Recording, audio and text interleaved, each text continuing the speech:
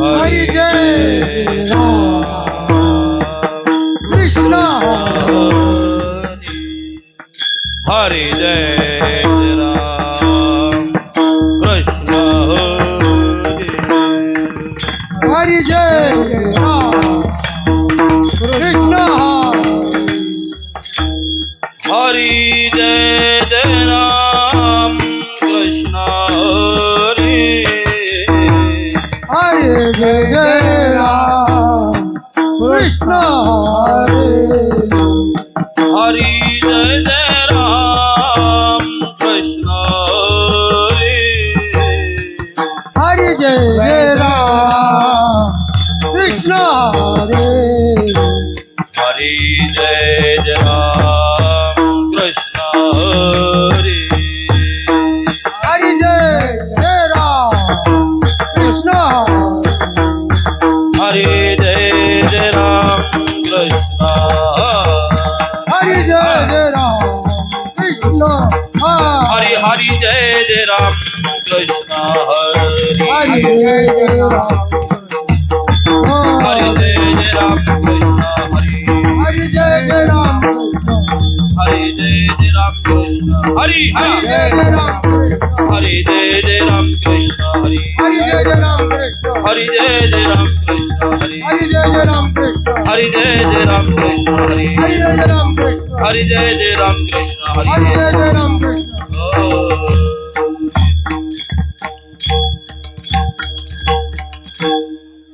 पाहता लोचणी रूप पाहता लोचनी रूप पाहता लोचने रूप पाहता लोचने रूप पाहता लोचनी रूप पाहता लोचनी रूप पाहता लोचनी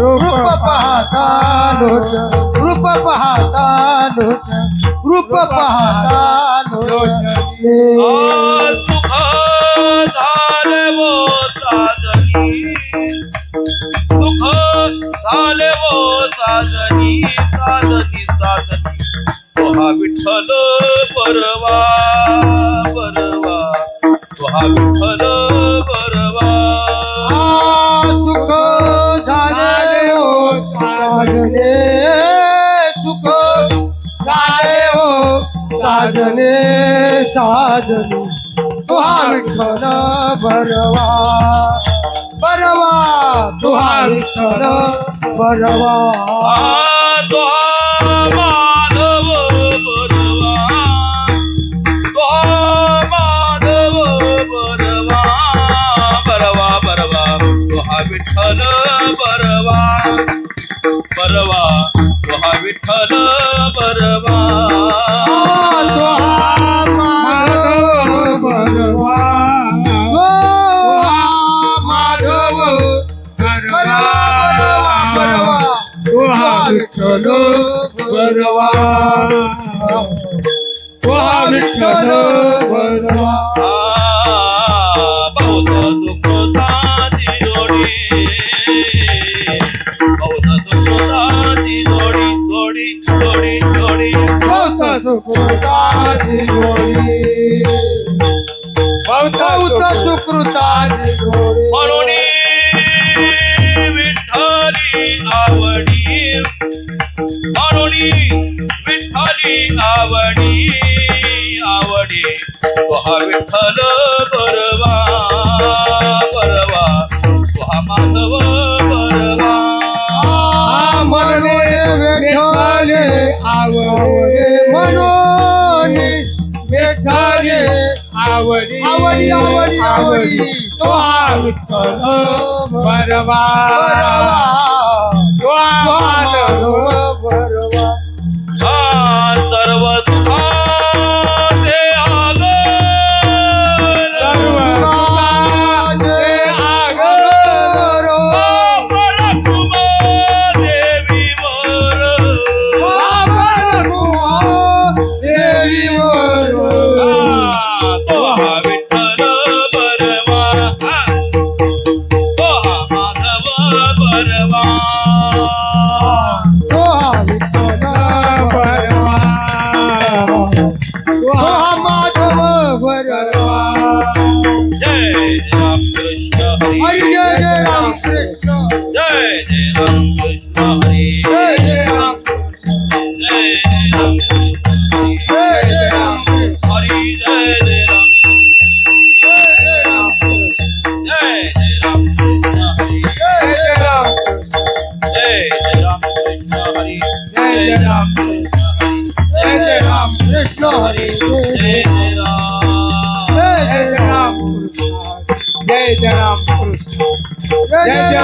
कृष्ण हरी जय जय राम हरी जय जय राम जय जय राम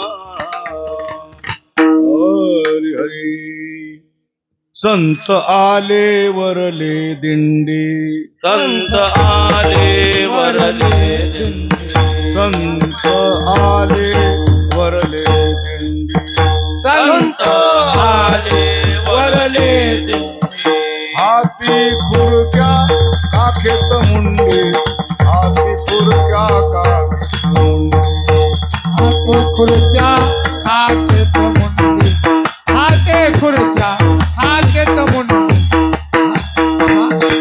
हातेत मुंडी हात खुर्च्या हातेत मुंडी पंढरपुरी पडली होड पंढरपुरी पडले कोडे पंढरपुरी पडली होड हा पंढरपुरी पडले होड मुटक्या परिस धांगड गोड मुटक्या परिस धांगड हा मुटक्या परीस धांगड गोड मुटक्या परीस धांगड गोड मुटक्या परीस धांगड गोड मुटक्या परीस धांगड गोड आली वैष्णवांची मांदी आली वैष्णवांची मांदी आली वैष्णवांची मांदी आली वैष्णवांची मांदी मेले डुक्कर बांधले खांदी मेले डुक्कर बांधले खांदी मेले डुक्कर बांधले खांदी मेले डुक्कर बांधले खांदे मेले डुक्कर बांधले खांदी मेले डुक्कर बांधले खांदी पंढरपुरी पडली पंढरपुरी पडली होड पंढरपुरी पंढरपुरी पडली होड मुटक्या परिस धांगड गोड मुटक्या परिस धांगड गोड मुटक्या परिस धांगड गोड मुटक्या परिस धांगड गोड मुटक्या परिस धांगड गोड एका जनार्दनी मार्ग एका जनार्दनी अर्थ उलटा एका जनार्दनी मार्ग उलटा एका जनार्दनी अर्थ उलटा जो जाणे तो गुरुचा बेटा तो जाणे तो गुरुचा बेटा तो जाणे तो गुरुचा बेटा तो जाणे तो गुरुचा बेटा तो जाणे तो गुरुचा बेटा एका जनार्दनी मार्ग एका जनार्दनी मार्ग उलटा एका जनार्दनी मार्ग उलटा एका जनार्दनी अर्थ उलटा जो जाणे तो गुरुचा बेटा तो जाणे तो गुरुचा बेटा तो जाणे तो गुरुचा बेटा तो जाणे तो गुरुचा बेटा तो जाणे तो गुरुचा बेटा पंढरपुरी पडली होड पंढरपुरी पडली होड मुटक्या परिस धांगड गोड मुटक्या परिस धांगड गोड मुटक्या परिस धांगड मुटक्या परिस धांगड गोड मुटक्या परिस धांगड गोड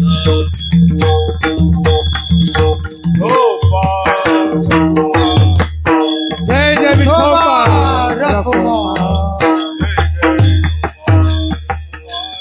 जय जय विठोबा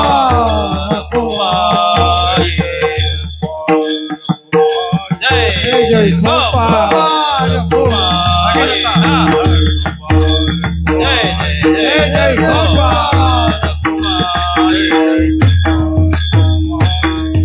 विठोबा रखुमाई विठोबा जय जय विठोबा रखुमाई जय जय विठोबा रखुमाई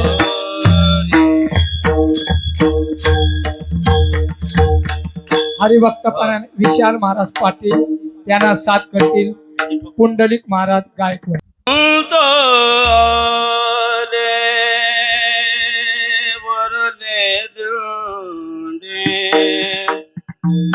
संत आले वरले देव संत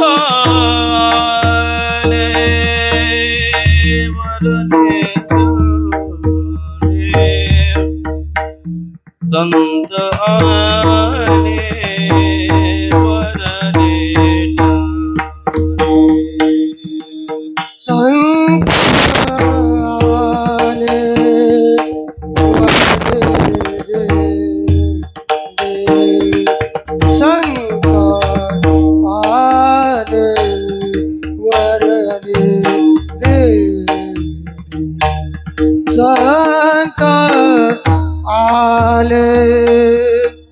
वरले संत आले वरले संत आले वरले संत आले वरले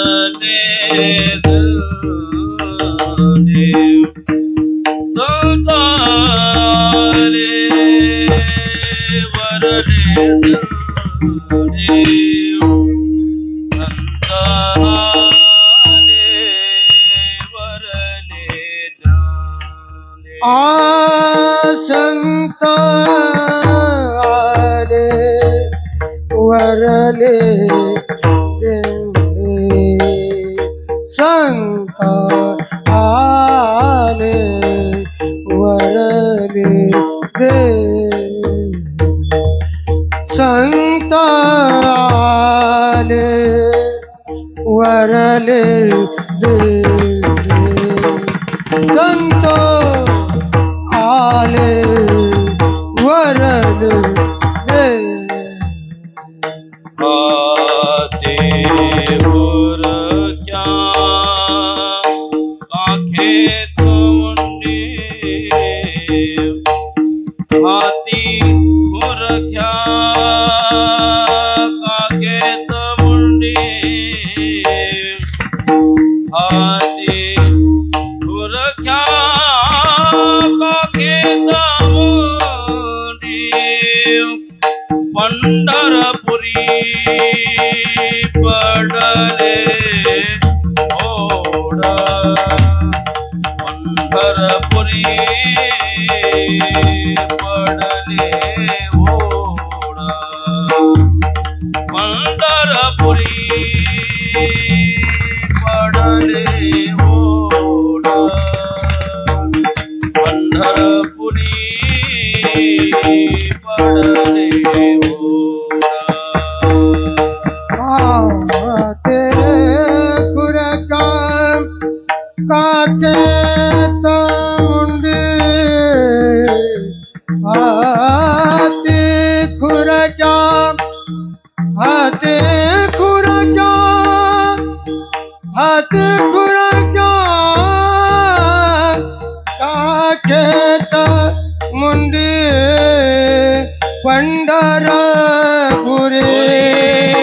पडले ओढा पंढरपुरी पडले ओ पंढरपुरी पडले ओढा पंढरपुरी पडले ओ मोठक्या परीच धांगड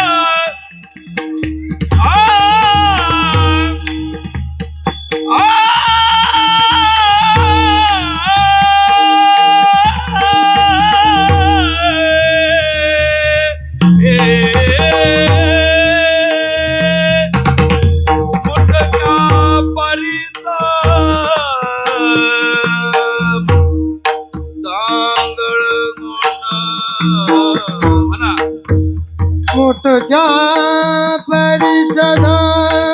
परिषदांगण गोड आ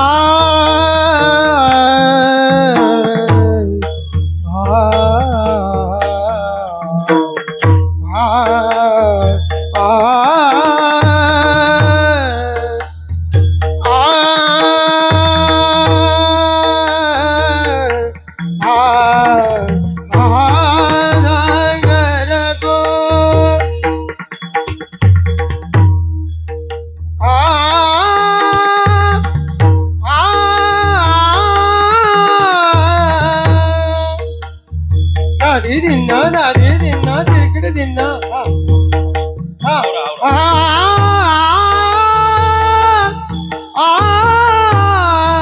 कुठच्या परीच दांगडनो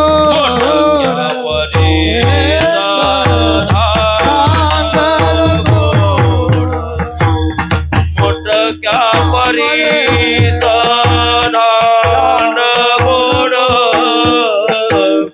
मोठ्या परीच दांड गोड पंढरपुरी पडले ओढ पंढरपुरी पडली ओढ पंढरपुरी पडले ओढ पंढरपुरी पडले ओढ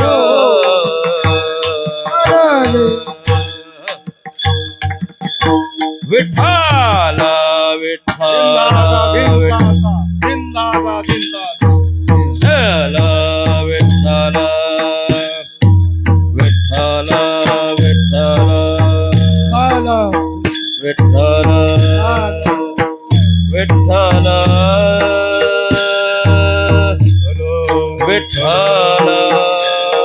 विठ्ठल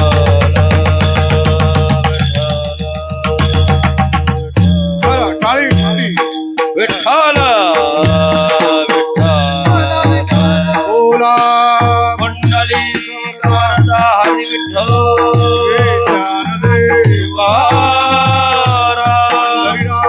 भगवान की जय महाराज की जय तुकाराम महाराज की जय शांती ब्रह्म एकनाथ महाराज की जय निवृत्तीनाथ महाराज की जय विठ्ठल विठ्ठल विठ्ठल विठ्ठल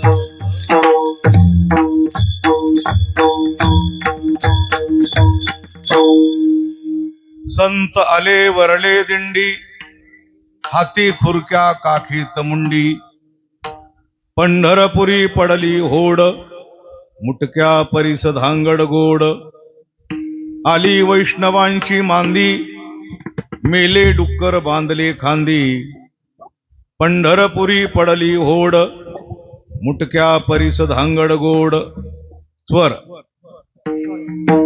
एका जनार्दनी मार्ग उलटा स्वर जो जाणे तो गुरुचा बेटा स्वर पंढरपुरी पडली होड मुटक्या परिस धांगड गोड पांडुरंगा करो प्रथम नमन पांडुरंगा करो प्रथम नमन पांडुरंगा करो प्रथम नमन पांडुरंगा करो प्रथम दुसरे चरणा संतांदिया दुसरे चरण संसार दुसरे चरण संसार शांत कृपादाने कथेचा विस्तार पादाने करेला विचार शांत कृपादाने कथेचा विस्तार पादाने करेला विचार बाबाजीचा गुरुदास तुका बाबाजीचा गुरुदास तुका बाबाजीचा गुरुदास तुका योऽन्तः प्रविश्य मम वाचमिमां प्रसुप्तान् संजीवयत्यखिल शक्तिधर स्वधाम्ना अन्यांश हस्तचरण श्रवणत्वगादीन् प्राणान्नमो भगवते पुरुषाय तुभ्यम् संत आले वरले दंडी, हाती खुरक्या काखेत मुंडी, पंढरपुरी पडली होड, मुटक्या परीस धांगड गोड. प्रस्तुत कीर्तनरूपी सेवेसाठी निवडलेला अभंग जगातील थोर संत शांतीब्रह्म श्री संत एकनाथ महाराज यांचा 4 चरणाचा संतांचं मृत्यूलोकात येणं म्हणजे काय हे सांगणार आहे. सहसा एकनाथ महाराजांच्या अभंग कीर्तनाला फारसे घेतले जात नाही, पण यावर्षी मुद्दाम हे अभंग घ्यायचं कारण असं आहे की चालू वर्षाला भानुदास महाराज म्हणजे एकनाथ महाराजांचे पणजोबा त्यांच्या समाधीला 512 वर्ष झाले, म्हणजे पंचशतकोत्तर तपपूर्ती. आणि एकनाथ महाराजांचे गुरु स्वामी जनार्दन त्यांच्या समाधीला 450 वर्ष झाले, म्हणजे चतुर्थ शतकोत्तर सुवर्ण महोत्सव. आणि मागच्या वर्षी एकनाथ महाराजांच्या निर्याणाला 425 वर्ष झाले होते, म्हणजे चतुर्थ शतकोत्तर रौप्य महोत्सव. असा हा योगायोग आहे.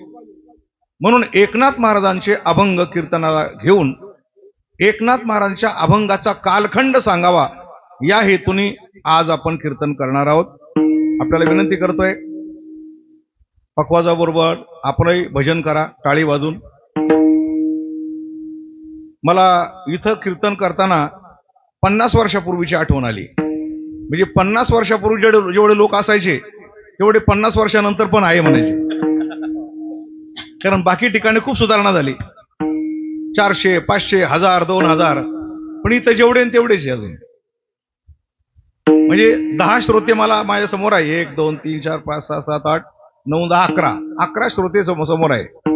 आणि काही 10, 15, 20 बाय आहे. मुंबईमधला सगळ्यातला छोटा सप्ताह असं म्हणायला पाहिजे. इतका छोटा, इतका लहान आजच्या काळामध्ये. मला असं म्हणायचंय की तुमच्या कोपरगावमध्ये फक्त 11च हिंदू आहे का? फक्त हिंदूंची लोकसंख्या कमी आहे का? नाही ना. ही बिल्डिंग मध्ये कोण राहतात? सगळे वारकरी आहे. मग खाली का बरं येत नाहीत? काहीतरी कारण असतील ना, काहीतरी कारण असतील का येत नाही. तुमच्यावरती रागवले की काय? कारण जिकडं तिकडे सप्ताह म्हटलं की उठसूट लोक पळतात, गर्दीच गर्दी. आता मी पैठणहून आलो. पैठण सारख्या क्षेत्रामध्ये लोक वेगळ्या वेगळ्या तालुक्यातून, जिल्ह्यातून तिथं जमा झालेले आहेत.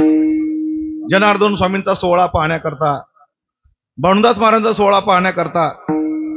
आणि जिल्ह्यातून, तालुक्यातून 200-200 किलोमीटरहून लोक आलेले आहेत. आणि तुमच्या जवळचे माणसं बेडीतून खाली उतरत नाही, म्हणजे काहीतरी प्रकार आहे. चला भजन करा. विठ्ठला विठ्ठला हरे विठ्ठल.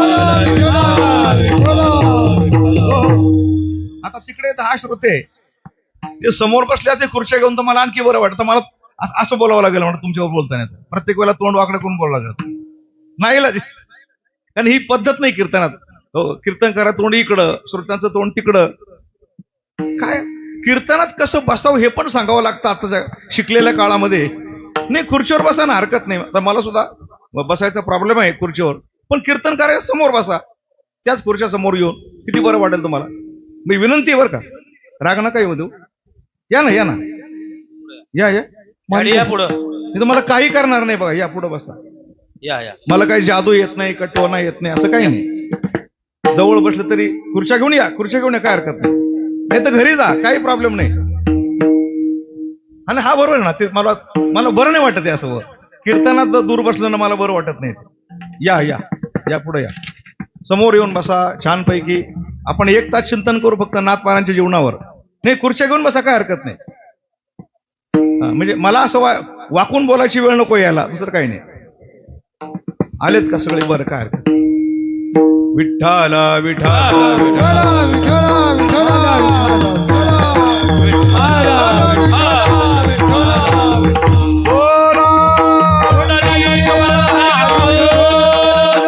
श्री ज्ञानदेव शांती ब्रह्म एकनाथ महाराज की. एकनाथ महाराज म्हणजे कोण? ज्या काळामध्ये राम मंदिर पाडलं त्या काळात अवतार झाले ते एकनाथ महाराज, हे तुम्हाला माहिती असलं पाहिजे. राम मंदिर पाडलं 1528 ला आणि एकनाथ महाराज आले 1533 ला. किती फरक आहे? किती वर्षाचा फरक आहे? गप्पा राहू नका, काहीतरी बा थोडस तुमच्या तोंडून समजल्यासारखं मला कळू द्या. 1528 नंतर 5 वर्षांनी, बरोबर?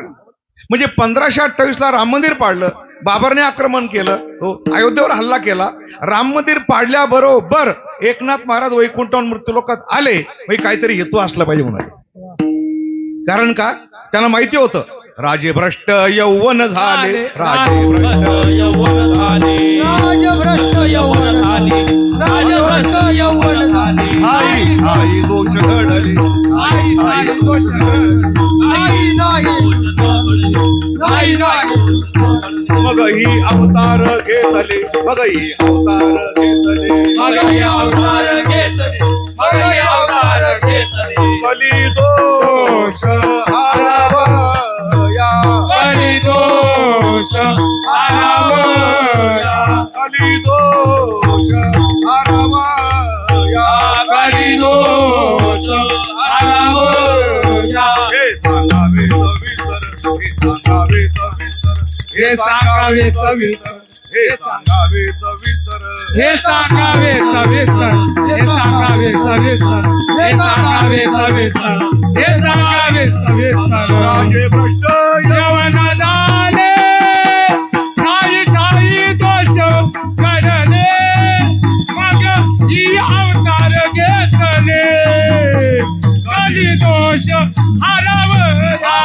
राजे जगत झाले, ठाई ठाई दोष घडले, मग ही अवतार घेतले, कधी दोष हरवला. राजे भ्रष्ट यवन झाले, ठाई ठाई दोष घडले, आक्रमण झाले. आक्रमण 1528 साली जे आक्रमण झालं ते सर्वात मोठं आक्रमण होतं. आणि भारतावर जेवढे आक्रमण झाले तेवढे जगात कोणत्याही देशावर आक्रमण झालेली नाही. मला यादी सांगतो.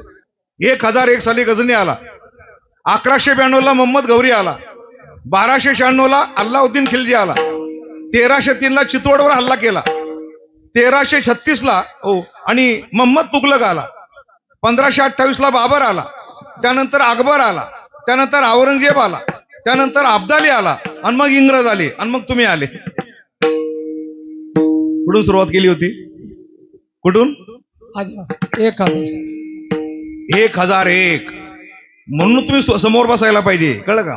कीर्तन म्हणजे टेप रेकॉर्ड नाहीये, थोडं नेटवर तपासून पहा तुम्ही. 1001 साली गझनी आला, भारतावर आक्रमण. एवढे आक्रमण भारतावर का झाली हो? आक्रमण सावध माणसावर होतात का बेसावध माणसावर होतात? तुम्ही कबूल करतायत. झोपलेल्या माणसावर होतात का जाग्या माणसावर होतात? झोपलेल्या माणसावर. फुटीर माणसावर होतात का एकजुटीवर होतात? फुटीर. म्हणजे तुम्ही फुटीर आहात, तुम्ही झोपलेले आहात, तुम्ही बेसावध आहात. अरे तुम्ही बेसावध आहात म्हणून तर संत म्हणतात उठबा होय जागा पाहे वासुदेवाला. उठवा होय जागा पाहे वासुदेवाला. पाहे वासुदेवाला. उठवा होय जागा पाहे वासुदेवाला. हे सुदिन उगवला दान आपुले घाला. सुदिन उगवला दान आपुले घाला. सुदिन उगवला दान आपुले घाला. सुदिन उगवला दान आपुले घाला. उठवा होय जागा उठवा होय जागा दान जय वासुदेवाला. उठवा होय जागा दान जय वासुदेवाला. उठवा होय जागा दान जय वासुदेवाला. नरहरी सोनार म्हणतात उठबा होय जागा पाहे वासुदेवाला. झोपलेले सगळे मुरदाड. हो, एवढे आक्रमण झाले असताना सुद्धा हो, मला सांगा ना, गझनी काय येतो? अल्लाउद्दीन काय येतो? बाबर काय येतो? अफगाणिस्तानवरून बाबर येतो भारतावर. त्याला माहिती नाही की भारतामध्ये कोट्यावधी लोक आहे.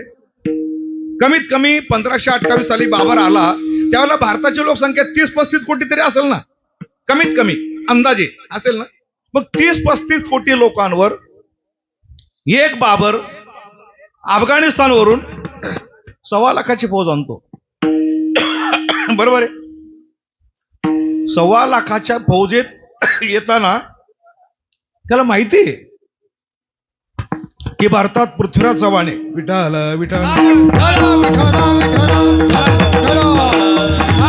विठ्ठला, विठ्ठला, विठ्ठला. विठ्ठला,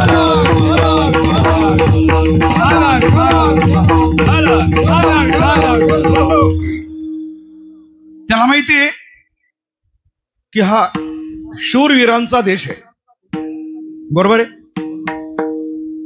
ज्या देशामध्ये महाराणा प्रतापासारखे शूरवीर, पृथ्वीराज चव्हाणासारखे शूरवीर आहे, त्या देशावर विदेशातून बाबर येतोच कसा, त्याला हे पण माहिती आहे. पृथ्वीराज चव्हाण शूर आहे, पण पृथ्वीराज चव्हाणाच्या मागे उभं राहणारे जे आहे ना, ते असे फितूर आहे की ते पृथ्वीराज चव्हाणांना मदत करणार नाही. ते बाबरच्या मागे उभे राहतील, पण पृथ्वीराज चव्हाणाच्या मागे उभे राहणार नाही. शिवाजी महाराजांना धोका इथल्याच लोकांनी दिला, पृथ्वीराज चव्हाण धोका इथल्याच लोकांनी दिला, ध्यानात ठेवा. म्हणून बाहेरची माणसं आक्रमण का करतात त्याचं कारण आपण एकजूट नाही. आता इथंच पहा ना, एवढं मोठं कोपरी गाव, कमीत कमी 10-20 हजार तरी हिंदू असतील की नाही? हिंदू वारकरी किती ते मी तुम्हाला विचारत नाही, पण हिंदू असतील ना. पण बाकीचे हिंदू काय येत नाही, काय चाललंय आम्हाला काय करायचं त्याचं. आता हे जागे कधी होतील माहितीये का? जागे कधी होतील? ज्यावेळेला तुमची संख्या कमी होईल आणि तुम्हाला ज्या घराच्या बाहेर हाकून देतील ना, घराच्या बाहेर काढते, तेव्हा तुम्हाला कळेल हिंदुत्व काय राहते. एका काळात आपण इराणमध्ये होतो, 100% आपण होतो. जशी जशी लोकसंख्या कमी झाली, हकालपट्टी झाली, पण आपण एका काळात आपले पूर्वज इराणमधून पळून आलेले आहेत. एका काळात आपले हिंदू अफगाणिस्तानमधून पळून आलेले आहेत. आता हिंदुस्थानातून कुठे पळून जायचं हे नक्की ठरवून ठेवा. इथून कुठे पळून जायचं हे नक्की. कारण का माहिती का, जेव्हा जेव्हा संख्या कमी होते तेव्हा तेव्हा पळून जायची वेळ. तुम्हाला वाटतं आमचे घर आहेत, आमच्या गाड्या आहेत, बंगले आहेत, पैसे सगळं जागेवर राहतं. हो, अफगाणिस्तानच्या लोकांकडे पण घरं होते, पैसा होता, गाड्या होत्या, सगळं होतं. पण कोरे कोरे करकरीत मोबाईल फेकून दिले, त्यांची कत्तल झाली, हाकलून दिले तिथून त्याने. जे लोक निद्रिस्त असतात, जे लोक एकत्र नसतात, जे लोक एकी टिकून राहत नाही, जे धर्माला मानत नाही, धर्म टिकवत नाही, अशा लोकांना कोणत्याही देशामध्ये कायमचं वास्तव्य करता येत नाही. म्हणून आपल्या देशावर जास्तीत जास्त आक्रमणं झाली आणि आपल्या देशाला आक्रमण करून करून सर्वांनी लुटलेलं आहे फार मोठं. आपला देश फार श्रीमंत होता, सोने की चिडिया, इंग्रज काय म्हणायचे, आता 7 समुद्राच्या पलीकडून लंडनहून कशाला आले होते इंग्रज? त्यांना माहिती इथं सोन्याचा धूर निघतोय, इथली जमीन सुपीक आहे, इथली माणसं सुदृढ आहे, गावागावात तालमी होत्या, कुस्त्या खेळत होती माणसं, बलवान होते, पैसा भरपूर होता. रामायण पहा, महाभारत पहा, त्यांची दागिने पहा, त्यांची श्रीमंती पहा. नुसते पद्मनाभ मंदिराचे 6 दरवाज्यांपैकी 1 दरवाजा उघडला तर मोजायचे किती पैसे, सोनं आणि चांदी. अजून 5 दरवाजे बंद आहे. हा एका मंदिराचा इतिहास आहे. असे शेकडो मंदिर आहे. आपल्या पूर्वजांनी मंदिरांची व्यवस्था म्हणून पैसा भोयरामध्ये ठेवलेला आहे. भारत श्रीमंत देश आहे. ज्या ज्या वेळेला आक्रमण झाली त्या त्या वेळेला भारत लुटलेला आहे. गझनीने लुटला, मोहम्मद घौरीने लुटला, अल्लाउद्दीन खिलजीने लुटला, बाबरने लुटला. आणि असा लुटून लुटून भारत इतका 1000 वर्ष लुटला तरी आपण खाऊन पिऊन सुखी आहे. ही भारताची श्रीमंती आहे. आज आहे आपण पाकिस्तानपेक्षा श्रीमंत आहे, अमेरिकेपेक्षा चांगले श्रीमंत आहे, तिकडे पण गरिबी आहे. लंडनपेक्षा फक्त तुमचे चेहरे उतरलेले, बस एवढं. कारण तुमचं काय माहिती का, मी एक होते सुरत आहे अशी बोले, गाड्या आहे, घोड्या आहे, पैसा आहे, बंगला आहे, फ्लॅट आहे ना, पण रडणं हा आपला स्वभाव आहे, ते भाग सोडा. पण आज भारतासारखी श्रीमंती, भारतासारखी स्थिरता आहे ना, कायदे कानून व्यवस्था भारतासारखी कुठंच नाहीये. हो, जगातली माणसं म्हणतात नरेंद्र मोदी सारखा नेता आम्हाला मिळायला पाहिजे होता, पण दुर्दैवाने ते आम्हाला मिळाली आहे ना. सुदैव म्हणणार का दुर्दैव म्हणणार? भाग्याने. सुदैव म्हणणार. भाग्याने. कसे मिळाले? कारण आतापर्यंत भारताचा इतिहास मच्छिंद्रनाथ आणि गोरक्षनाथ सांगतात. कोण सांगतात? मच्छिंद्रनाथ आणि संवाद आहे. कशामध्ये येतो? आनंद लहरीमध्ये. मग मच्छिंद्र बोली दती 99 कोटी भूपती आणि येरांची नाही गणती योगाप्रती निघाले. आपल्या देशावर राज्य करणारे 99 कोटी राजे भूपती काय झाले? योगी झाले. योगी, भ्रष्ट नाही झाले. इतर देशातले राजे आत्महत्या करून मरतात, विमानाचे पेट्रोल अंगावर टाकून मरतात, पाणी पाणी करून मरतात, फासावर जातात, आत्महत्या करून. आता कोण कोण कसं? हिटलर कसा मेला? विमानाचे पेट्रोल अंगावर टाकून मेला. वॉशिंग्टन पाणी पाणी करत मरण पावला. सद्दाम हुसेन फासावर गेला. जुल्फिकार आलो भुट्टो फासावर गेला. म्हणजे इतर देशातले राजे फासावर जातात, आत्महत्या करतात, आणि आमच्या देशातले राजे योगी होतात. योगी होतात नाही तर जोगी होतात. हो, पण असे अधपतनाला जात नाही. हे भारताचं भाग्य आहे की 99 कोटी भूपती. असं कोण म्हणताय? मच्छिंद्रनाथ आणि गोरक्षनाथ संवाद. मग मच्छिंद्र बोली दती 99 कोटी भूपती आणि येरांची नाही गणती योगाप्रती निघाले. त्या धर्मराजा आहेत, त्यात हरिश्चंद्र राजा आहेत, त्यात शिबिर राजा आहेत. असे 99 कोटी राजे. आणि अशा 99 कोटी पराक्रमी राजांच्या राज्यामध्ये आपण जन्माला आलो आणि आपल्याला कीर्तनात कसं बसो हे सांगावं लागतंय. हे दुर्दैवाची गोष्ट आहे. विठ्ठल विठ्ठल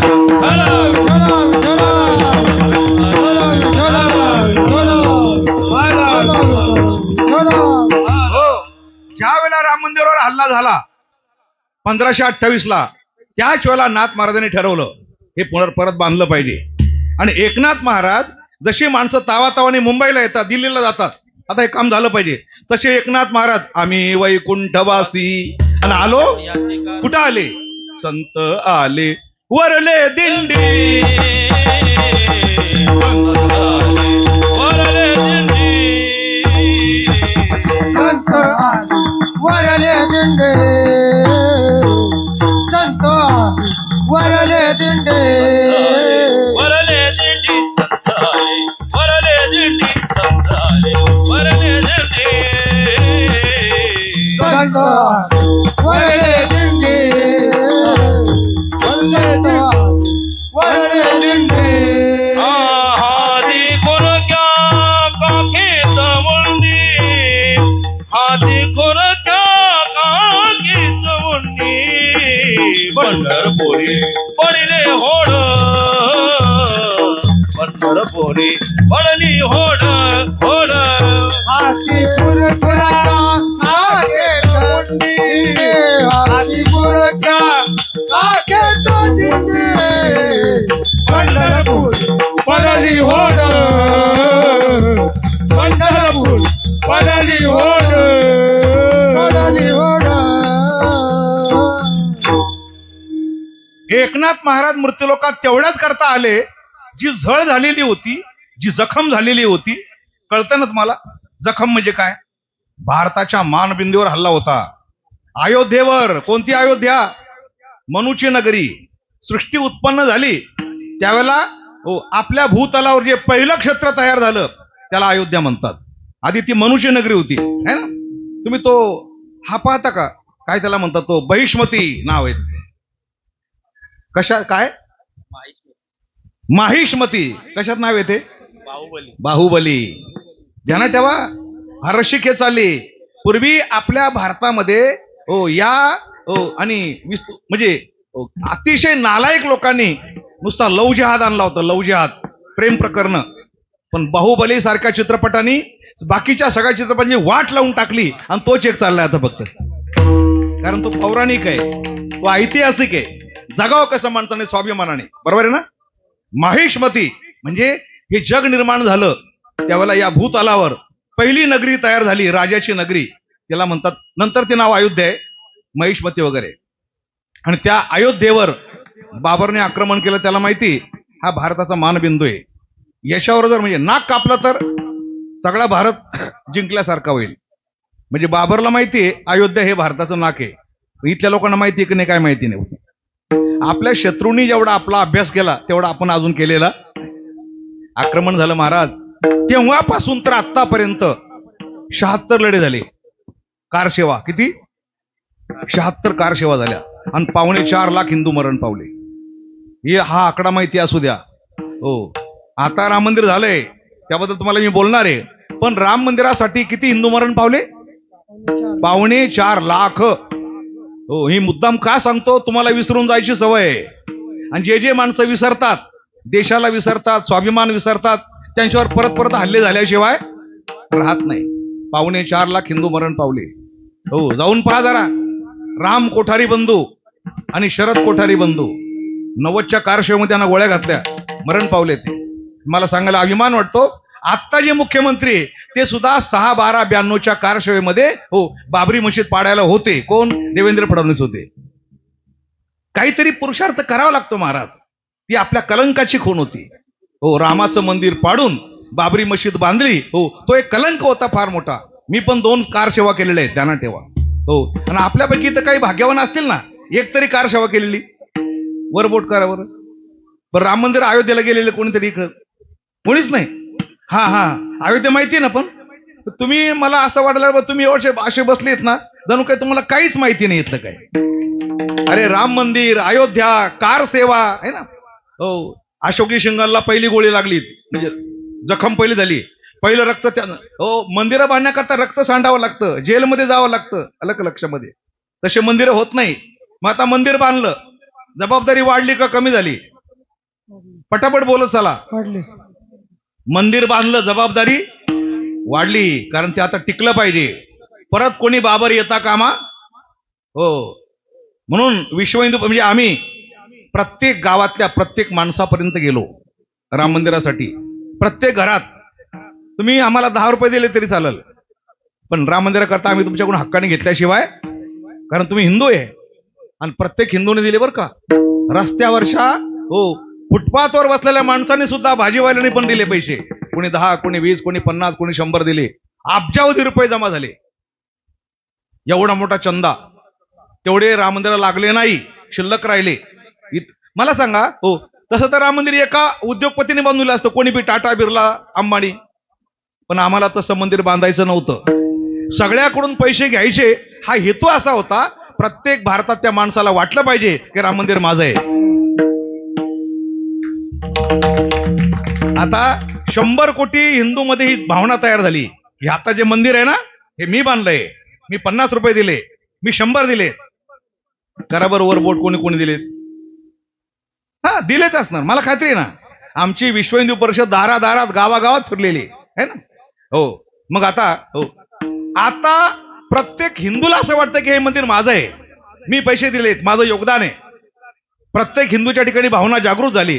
आता जर कुठला बाबर येणार असेल तर त्याला 100 वेळा विचार करावा लागेल. आता हिंदू झोपलेला राहिलेला नाहीये, आता तो एकजूट झालेला आहे. आता मंदिर पाडता येणार नाही, आणि आता मंदिर टिकवणं ही जबाबदारी कोणाची आहे?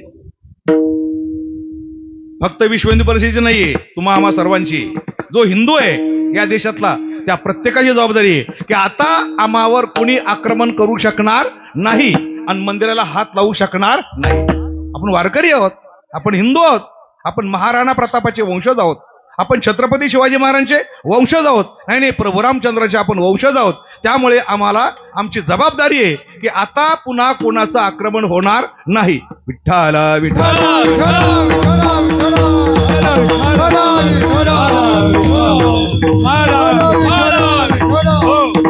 एकनाथ महाराजांनी तेव्हापासून जे वाङ्मय तयार केलं, आता तुम्ही सगळे हिंदू आहे, महाराष्ट्रीयन आहे, मराठी भाषा तुम्हाला कळते. एकनाथ महाराजांनी समाजाला जागवण्याकरता जी लेखणी हातात घेतली, किती ग्रंथ लिहिले हो? एक ग्रंथ सांगा. एकनाथ महाराजांनी लिहिलेले एक ग्रंथ सांगा. काय? भावार्थ रामायण. वा वा, भावार्थ रामायण. आणखी काय सांगा बरं? एकनाथी भागवत. आणखी काय सांगा बरं? हरिपाठ. बरं, आणखी काय सांगाल बरं? भारुड. 55 जोहार, 300 भारुड, चिरंजीव पद, भावार्थ रामायण, एकनाथी भागवत, बर का, हरिपाठ, चिरंजीव पद, हो, शुकाष्टक टीका, स्वात्मबोध, मुद्रा विलास, आनंद लहरी, रुक्मिणी स्वयंवर, किती ग्रंथ झाले? एवढे लिहिले. त्यापैकी तुम्ही कोणते वाचले? तुम्ही बी काही कमी नाही हो, है ना? लिहायचं तर लिहा, आमचं चाललंय.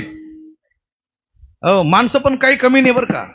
संत जोराजोराने सांगतायत, पण माणसं म्हणतात तुम प्रेम से गाओ हम हराम से सोते. तुम प्रेम से गाओ हम आराम. एक पिपाणीवाला होता, ते वाजंत्री असता ना, वाजंत्री, तो खळला, तो काय पिपाणी वाजवायला तयार होईना. लोकांनी कसा वाजवत नाही? अरे श्रीमंताचं लग्न आहे, पैसे घे. त्याने पैसे नको, मी नाही वाजवणार. तो हट्टी होता. लोकांनी कसा वाजवत नाही पाहू म्हणे. त्याला खाली पाडलं, त्या तोंडामध्ये पिपाणी घातली, वाजव म्हणे. कसा वाजवत नाही? ते म्हणे खाली पाडणं तुमच्या हातात आहे, पिपाणी तोंडात घातणं तुमच्या हातात आहे, पण फुकायची का न फुकायची माझ्या हातात आहे. तसं तुमचं म्हणणं आहे, ग्रंथ लिहायचं तुमच्या हातात आहे, कीर्तन करणं तुमच्या हातात आहे, माईक लावणं तुमच्या हातात आहे, विठ्ठल विठ्ठल म्हणा तुमच्या हातात आहे, पण म्हणायचं का न म्हणायचं आमच्या हातात आहे. विठ्ठला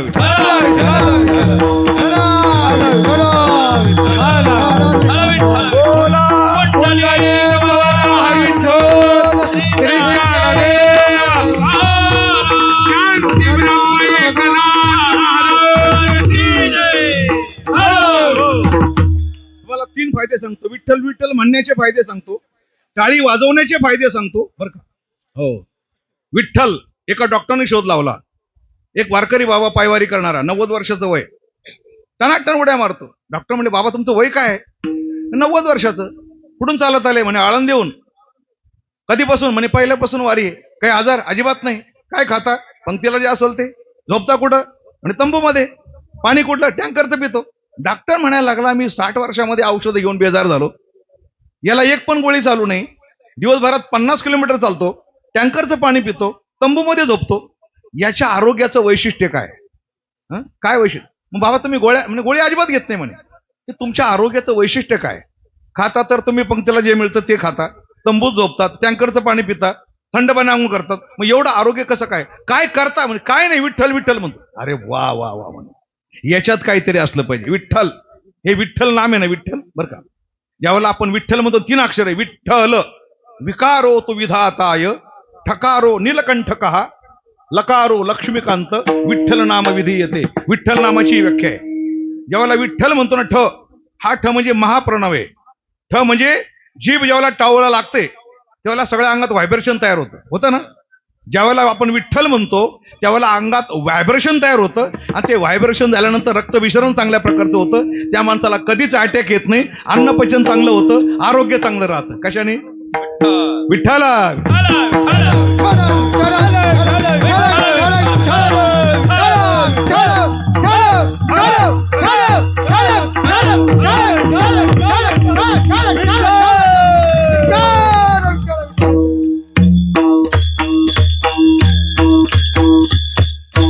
असं पेटून उठलं पाहिजे, माडीवरचे सगळे खाली आले पाहिजे. ते मुरदाड सगळे आहेत ना, आपोआप खाली आले पाहिजे. विठ्ठल असं म्हणल्यानंतर.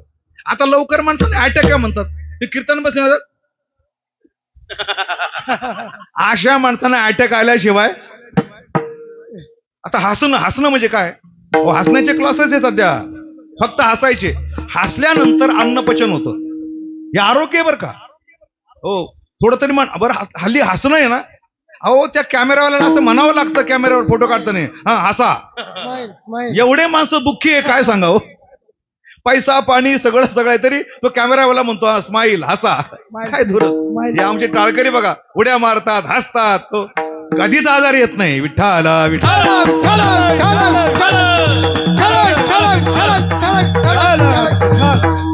2 फायदे झाले. विठ्ठल विठ्ठल म्हणून फायदा का होतो झाला. टाळी वाजवण्याचा फायदा सांगितला. आता काय? नाही, विठ्ठल विठ्ठल म्हणणं आणि हसणं. आता टाळीचा फायदा सांगतो. टाळी वाजवताना हे जे शास्त्र आहे ना, सगळे पॉइंट एकमेकाला आदळतात. हे पॉइंट आढळ. नुसतं तुम्ही जेवल्यानंतर जरी अशी टाळी वाजत राहिली ना थोड्या वेळ, तरी अन्नपचन चांगलं होतं, माणूस फ्रेश राहतो, डोकं दुखायचं बंद होतं. बघा, एक निकृष्ट दृष्टांत आहे, थोडा निकृष्ट बरं का. तृतीय पुरुष माहिती आहे तुम्हाला? तृतीय पुरुष म्हणजे कोण?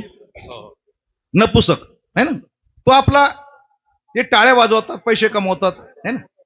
कधी नैसर्गिक मृत्यू झालेला एखादा हिजडा तुम्ही पाहिला का?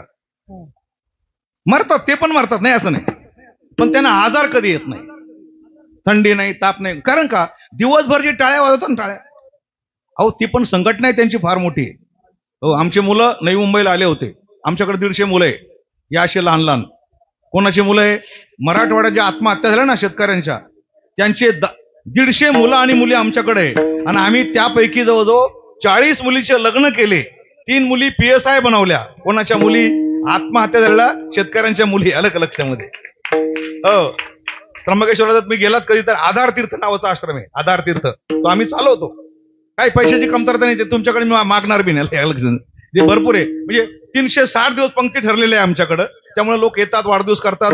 सचिन तेंडुलकर त्या ठिकाणी येतो स्वतः त्याचा वाढदिवस करण्याकरता त्र्यंबकेश्वरला. ती काही काळजी करू नका. पण आमचे मुलं आणि मुली नवी मुंबईला जाताना 2 गाड्या करून आले होते.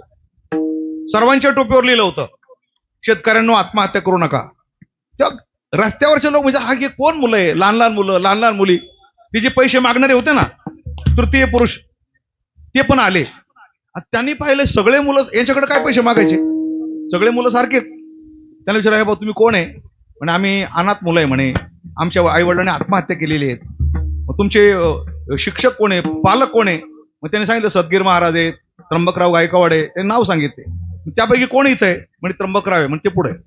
मग त्यांना त्या हिजड्यांनी सांगितलं, म्हणे तुम्ही एवढे मुलं सांभाळतात, पवित्र कार्य करतात, आम्हाला काही द्यायची इच्छा आहे. कोण बोललं?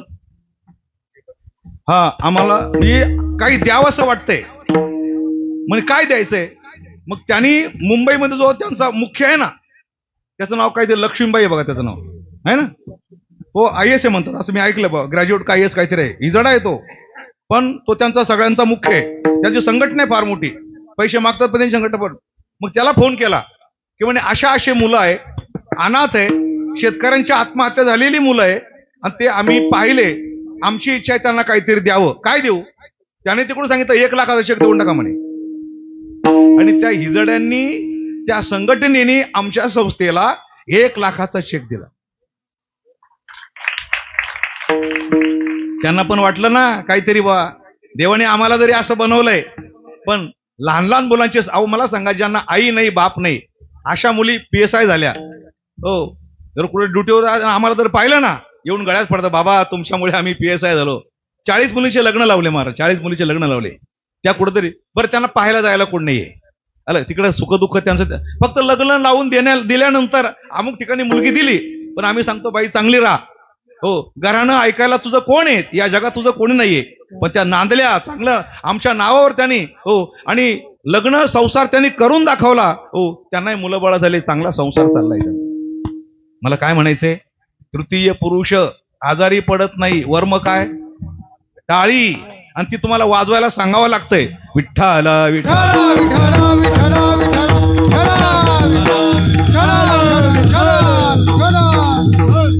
आता टाळी वाजवण्याचे फायदे पण सांगितले, हसण्याचे फायदे पण सांगितले, विठ्ठल विठ्ठल म्हणण्याचे फायदे पण सांगितले. तरी तुम्ही हसत नाही, तरी तुम्ही टाळी म्हणत नाही, आणि तरी तुम्ही विठ्ठल विठ्ठल म्हणत नाही. विठ्ठल विठ्ठल.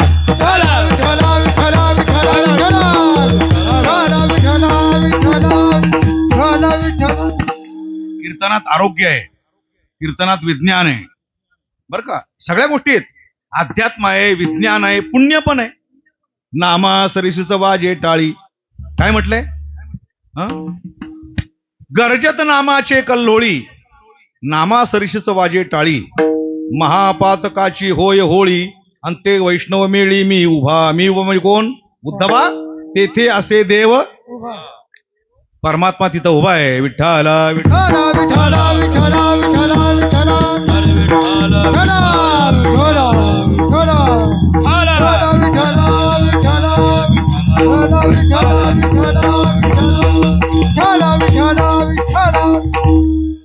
पैठणला फार थंडी आहे. त्या थंडीतून आम्ही आलो. पहाटे उठणं वगैरे सगळं, अजून तो घसा वगैरे जरा छातीमध्ये जरा कप तयार झालाय, म्हणून मला बोलताना जरा प्रॉब्लेम होतोय. तर याप्रमाणे एकनाथ महाराज वेळ साधून आले. कोणती वेळ? 1528ला बाबरने राम मंदिर पाडलं, आणि 1533ला एकनाथ महाराज वैकुंठाहून आले, आणि येऊन काम काय केलं? हो, जागवण्याचं काम केलं. जागा, आता परत झोपू नका. हो, आणि कोणत्या कोणत्या रूपात जागवलं? कधी जोहाराच्या रूपाने, कधी जोहार होऊन आपल्या दारात आले, भिकारी होऊन आले, फकीर होऊन आले, आणि पिंगळा होऊन आले. पिंगळा महाद्वारी बोली बोलत तो देखा, पिंगळा महाद्वारी. पिंगळा महाद्वारी बोली बोलत देखा, पिंगळा महाद्वारी. बोली बोली तो देखा पिंगळा महाद्वारी. डौल फिरवितो डुगडुग ऐका, टौर फिरवितो डुगडुग ऐका. टौर फिरवितो डुगडुग ऐका. बोला, टौर फिरवी सगळे म्हणा, डुगडुग ऐका. हे पिंगळा महाद्वारी बोली बोलतो देखा, पिंगळा महाद्वारी. पिंगळा महाद्वारी बोली बोलतो देखा, पिंगळा महाद्वारी. बोला, पिंगळा महाद्वारी बोली बोलतो देखा पिंगळा महाद्वारी. पिंगळा महाद्वारी बोली बोलतो कैसा पिंगळा महाद्वारी. पिंगळा महाद्वारी पिंगळा महाद्वारी. भारूड ठेका धिन्नाक धिन्नाक, हा भारूड ठेका बरं का. माझ्याकडे 250 बोल आहे, मला वाजवून दाखवला असं तुम्हाला. हो, याचा एक बोल आहे स्वतंत्र पिंगळ्याचा. आता मला तिसरं चरण सांगतो. पिंगळा काय बोलते? कुणाकडे येतोय? चाळीमध्ये, घरापुढे. पूर्वी दारामध्ये पिंगळा येत होता, जोगी येत होता, 12 बलवती येत होते, डोंबारी येत होता, गारोडी येत होता. आता काय येत नाही? माणसं घरात राहिली कुठं आता? पहिले माणसं घरात राहत होते, घराला उंबरा होता, घराला दार होतं. मालक कामावर गेला की दिवसभर दरवाजा उघडा, मालक आला तर दरवाजा बंद. आता मालक बाहेर गेला तरी दरवाजा बंद. माणसं पहिल्यासारखे राहतात कुठं आता? हो, आता मला सांगा, जे टावरवर राहतात 50व्या मजल्यावर, त्याला उंबरा आहे का? त्याला अंगण आहे का? त्याला ओटा आहे का? दारात कुत्रा येतो का? भिकारी येतो का? अतिथी येतो का? पिंगळा येतो का? मग तुम्हाला कोण जागा करणार आहे? जागा करण्याकरता तुम्ही आपण ज्याप्रमाणे संसारामध्ये रंगलेलो आहे, मुलगा शाळेत गेलं पाहिजे, त्याला आणायचंय, स्वयंपाक करायचंय, आणि तेवढाच पिंगळा येतो आणि तो म्हणतो, बाय बाप वर्षा आळीलो, वरल्या आळीला वरल्या आळीला तुम्ही सावध व्हावे, वरल्या आळीला वरल्या आळीला तुम्ही सावध व्हावे. पाटील बुवाला मग लावणी सवे, पाटील बुवाला. पाटील पाटील बुवा चिठ्ठी येईल बा मग पडेल ठावे, चिठ्ठी येईल बा मग पडेल ठावे. चिठ्ठी येईल बा मग पडेल ठावे. चिठ्ठी येईल बा मग पडेल ठावे. पिंगळा महाद्वारी बोली बोलत देखा, पिंगळा महाद्वारी. पिंगळा महाद्वारी बोली बोलत देखा, पिंगळा महाद्वारी. पिंगळा महाद्वारी बोली बोलतो कैसा पिंगळा महाद्वारी. पिंगळा महाद्वारी बोली बोलतो कैसा पिंगळा महाद्वारी. पिंगळा महाद्वारी पिंगळा महाद्वारी. आता मला खूप बरं वाटलं बरं का. मी सुरुवातीला मी नाराज होतो, पण या महिला पाहिल्या ना, पैठणचीच मला आठवण आली बघा. ते बरोबर आहे ना. हो, कीर्तन प्रवचन म्हणजे काय असतं? वक्ता श्रोता म्हणजे काय असतो? वक्ता ज्यावेळेला बोलतो ना बरं का, त्यावेळेला श्रोता कसा असला पाहिजे? बॉलर ज्यावेळेला बॉलिंग टाकतो त्यावेळेला बॅटमन कसा असला पाहिजे? हा, असं असतं ते. तो बॉलर ज्यावेळेला तिकडून येतो ना, असं टाकण्याकरता बॅटमन एकदम सावध. तसे श्रोते सावध पाहिजे, आणि कोपरगावचे श्रोते तसे आहे, म्हणून तुम्हाला मी धन्यवाद देतो. नाही, खरं सांगतो, नाही पुरुष महिला तरी सावध आहे. नाहीतरी काय, धर्म टिकवायचं काम पुरुषाचं काम महिलांचं आहे. ग्रस्त आश्रम कोणाकडे? स्वयंपाक कोण करतंय? मुलांना संगोपन कोण करत? मुलावर संस्कार कोण करतंय? मला तरी असं वाटतं बा, पुरुष बाहेर काय करतो, टाळ वाजवतो, कीर्तन करतो, पखवाज वाजून घरी येतो, त्याचा घरावर किती परिणाम होतो मला माहित नाही. पण जी महिला स्वतः माळकरी असते, हो, घरामध्ये भजन करते, थोडंफार चिंतन करते, तुळशीला पाणी घालते, नामचिंतन करते, एखादा अभंग पाठ करते, आणि अभंग पाठ करता करता, चिंतन करता करता स्वयंपाक करते, त्या चिंतनाचा स्वयंपाकावर परिणाम होतो, आणि तो स्वयंपाक जे खातात त्या खाणाऱ्यावर पण परिणाम होतो. बाई घर सुधरू शकते, हा आमचा विश्वास आहे पूर्णभर. सानंदम सदनम सुताश्च सुदीय कांता मृदुभाषिणी सन्मित्रम सुदनम स्वयोष तिरती आज्ञापरा सेवका अतिथेर हरिपूजनम प्रतिदिनम मिष्टान्न पानम गृहे साधू संगमुपासते हि सततम धन्यो ग्रहस्थाश्रमा. तुमच्यामुळे ग्रहस्थाश्रम धन्य आहे. म्हणून वेदाने काय सांगतात? वेद वेद वेद पहिलं प्राधान्य आईला देतो का बापाला देतो? मातृदेवो नंतर म्हणतोय पितृदेवो मग आचार्य देवो भव. पहिला नमस्कार कोणाला? आईला. मातृदेवो भव या ठोकळ्याला नंतर म्हटलंय मी माझ्याकडे जाऊ, मी दुसरं कोणाला म्हणतो. या ठोकळ्याला नंतर म्हटलंय पितृदेवो भव. पहिला नमस्कार कोणाला? आईला. हो बर का. म्हणून गिरजा माता ही नाथ महाराजांची पत्नी होती. ज्यांचा अभंग आहे ना त्यांच्या पत्नीचं नाव काय होतं? गिरजा माता. हो, त्यांच्या घरात पित्र होते, पित्र. आणि पित्राचं जेवण ती स्वयंपाक करत होती. स्वयंपाक चालू असताना बाहेर खमंग वास सुटला आणि जे मोळी विके अंत्यज लोक रस्त्याने चालले होते 10-12 ते एकमेकाला सांगतात, बघा श्रीमंत ब्राह्मणाचं घर आहे, पित्र आहेत, काय सुंदर स्वयंपाक चाललाय, पण आपल्या नशिबात आहे का स्वयंपाक? ते ऐकलं गिरजाबाईने. बिचारे भुकेले, त्यांना खायची इच्छा झाली. हे बाबा या म्हणे, पहिले तुम्ही खाऊन जा. आणि जेवढे ते पार जे गावात होते ना पार बाहेर वाळी टाकलेले त्यांना पंक्तीला बसवलं, पोटभर जेवू घातलं. मग पुन्हा धुवून पुसून घर नवीन स्वयंपाक केला आणि मग भाऊबंदांना सांगितलं आता या. ते भाऊबंद सगळे ब्राह्मण. पहिलं म्हणे तुम्ही यांना जेवू घातलं आणि आम्हाला बोलवते म्हणजे आमचा अपमान केला, आम्ही नाही येणार. सगळ्या ब्राह्मणांची युनियन झाली आणि अशी युनियन लवकर होते लवकर होते अशी युनियन ताबडतोब. चांगल्या कामा करता नाही पण वाईट कामा करता. एकनाथ महाराजांच्या विरोधात सगळे ब्राह्मण पैठणचे म्हणले आता याच्याकडे जेवायला जायचंच नाही. मग तो श्रीखंड्या म्हणायला लागला, नाथ बाबा. आता श्रीखंड्या कोण होता? देव देव स्वतः ब्रह्मांड नायक. तिथं कावडीने पाणी वाहत होता. नाथ महाराजाला काही माहिती नाही, त्याला वाटतं आपला नोकरच आहे. श्रीखंड म्हणतो, धनी आता काय करायचं? सगळे ब्राह्मण रुसले, जेवायला येत नाही. नाथ बाबा म्हणले श्रीखंडाला तू तरी सांग काय करायचं? म्हणे आपण असं करू ना, त्यांच्या बापांना बोलू म्हणे. म्हणजे कोण? मेलेले पितृलोकामध्ये त्यांच्या बापांना बोलू म्हणे. नाथ महाराज म्हणे चालेल म्हणे. मग श्रीखंडाने संकल्प सोडला. ताट वाढले सगळे. हो, आणि सगळ्यांना आवाहन केलं. आता गावात जेवढे होते, कोणाचे चुलते, कोणाचे आजोबा, कोणाची आई, कोणाची आजी, पटापट पटापट सगळे पटापट खाली आले बर का. कोणाची आजी आली, कोणाची चुलती आली. एक ठकुबाई वरून मिसरी लावत लावत आली. मग का मिसरी घेऊन गेली होती काय कोण ठेवत? हा विनोद आहे. पण जेव्हा बसले ना लोक खिडकीतून पाहायचे. हे तू म्हणते आजीला म्हणे, आजी कुंकू लाव, बाबा आले गाव वरून. आजी कुंकू लाव, बाबा वरून आले, स्वर्गातून आले. ओ हे प्रमाण आहे. ओ जीत पित्र म्हणजे मृत पित्र जेवविले कोणी? नाथ महाराजांनी. हे सामर्थ्य होतं. पण गिरजाबाईने मात्र त्या अंत्यजांना भूक लागली म्हणून पहिलं जेवण त्यांना जेव घातलं. याला म्हणतात महिला बर का. आणि हा पिंगळा जो येतो ना दारात येणारा, अहो काय माहिती का, पुरुष तर कामावर निघून जातात पण घरामध्ये दिवसभर तुम्ही राहता. दरवाजा उघडा राहतो, दारात तुळस आहे, भिकारी येतो, नंदीवाला येतो, अतिथी येतो, भिकारी येतो. ध्यानात ठेवा, भिकारी पण काय असतो माहिती का? असं आहे, भिक्षुका नैव भिक्षंती बोधयंती गृहे गृहे बर का. भिक्षुका नैव भिक्षंती बोधयंती. घराघरात तो बोध देतो.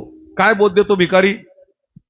तो भिकारी तुम्हाला असा बोध देतो, बाबांनो मागच्या जन्मात मी पण श्रीमंत होतो, मी पण घरात राहत होतो, पण दारात आलेल्या अतिथ्याला मी काही काय वाढलं नाही म्हणून मी या जन्मात भिकारी झालो. तुम्हाला जर पुढच्या जन्मात भिकारी व्हायचं असेल ना, नका वाढू, चाललो पुढं. आता किती लोकांना कळलं मला माहिती नाही. शांती येऊन सावकाराची एक गोष्ट आहे. हो, दारात एक भिकारी आला. तो माडीवर होता. वाडा मोठा होता, वाड्याला द्वारपाळ होता. भिकारीमध्ये शिरला आणि किळ्यात साल्ट खाऊ लागला.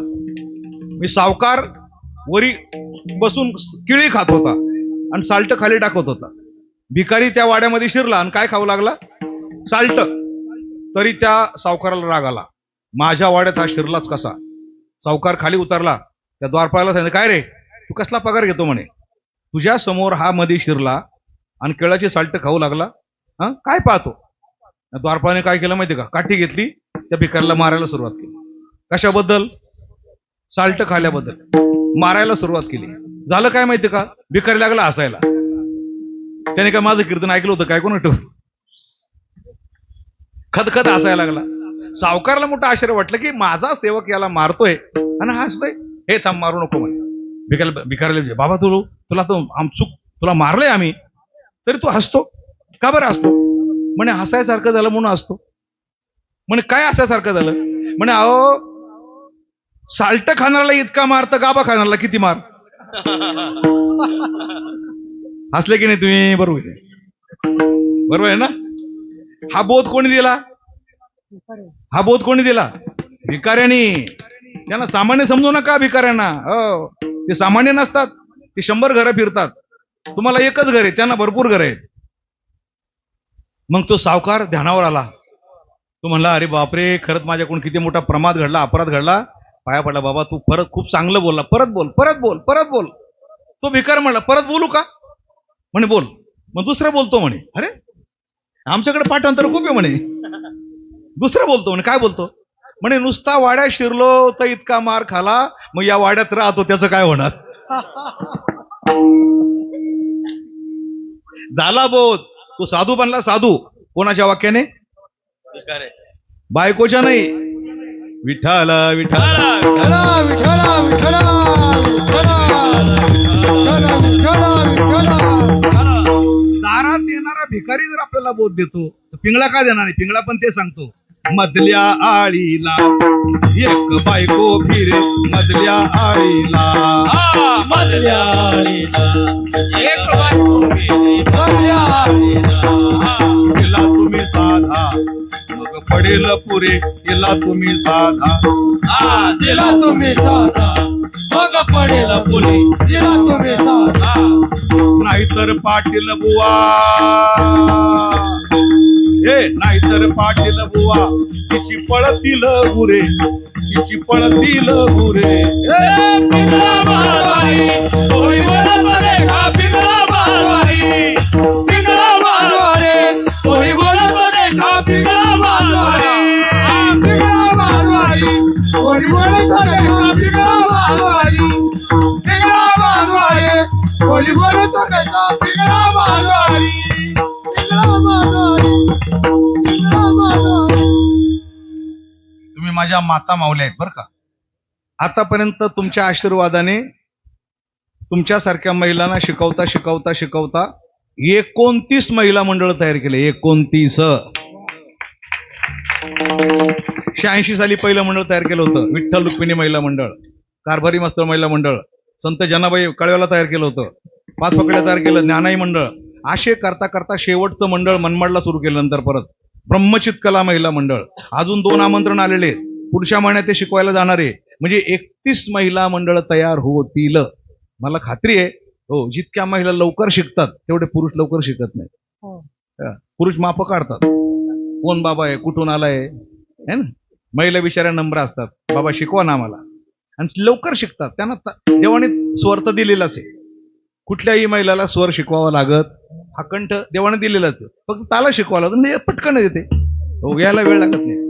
आणि महिला सुधारली की प्रपंच सुधारला, ग्रस्त आश्रम सुधारला, आणि ग्रस्त आश्रम सुधारला की हिंदू धर्म सुधारला. हे वर्म आहे आपल्या धर्माचं, हे वर्म आहे. शेवटी सांगाल परत तुम्हाला, अशा प्रकारे कार्य करण्याकरता नाथ महाराज, हो, आणि मधल्या काळामध्ये 1533ला जेव्हा आले, सूत्र हातात घेतलं, मंदिर पाडलेलं होतं, धारदार लेखणीने हत्यार, म्हणजे लेखणीचं हत्यार केलं त्यांनी, हो, आणि अधर्माच्या विरुद्ध आपली लेखणी चालवली.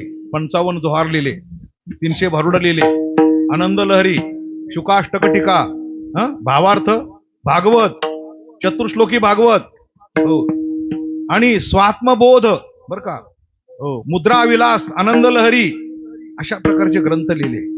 आणि ते ग्रंथ लिहिता लिहिता लिहिता एकनाथ महाराज, हो, प्रचंड असं मोठ्या प्रमाणात वाङ्मय त्यांनी निर्माण केलं.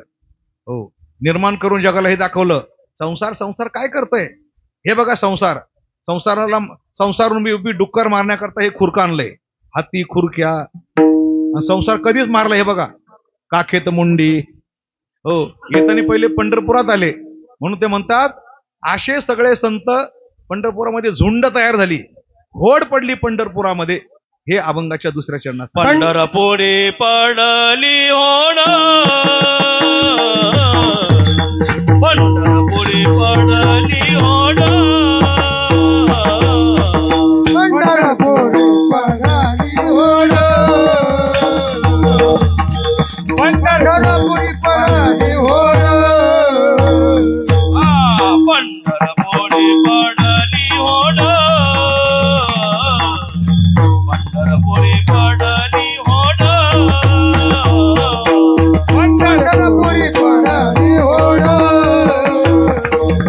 पंढरपुरी पडली होड, मुठक्या परीचा धांगड गोड, मुठक्या परीचा धांगड गोड, पंढरपुरी पडली होण, पंढरपुरी पडली होण, मुठ्या परीचं धांगड गोड, मुठ्या परीचं धांगड गोड, पंढरपुरी पडली होड, पंढरपुरी पडली होड, पंढरपुरी पडली होण, पंढरपुरी पडली होण, पंढरपुरी पडली होड, पंढरपुरी पडली होड,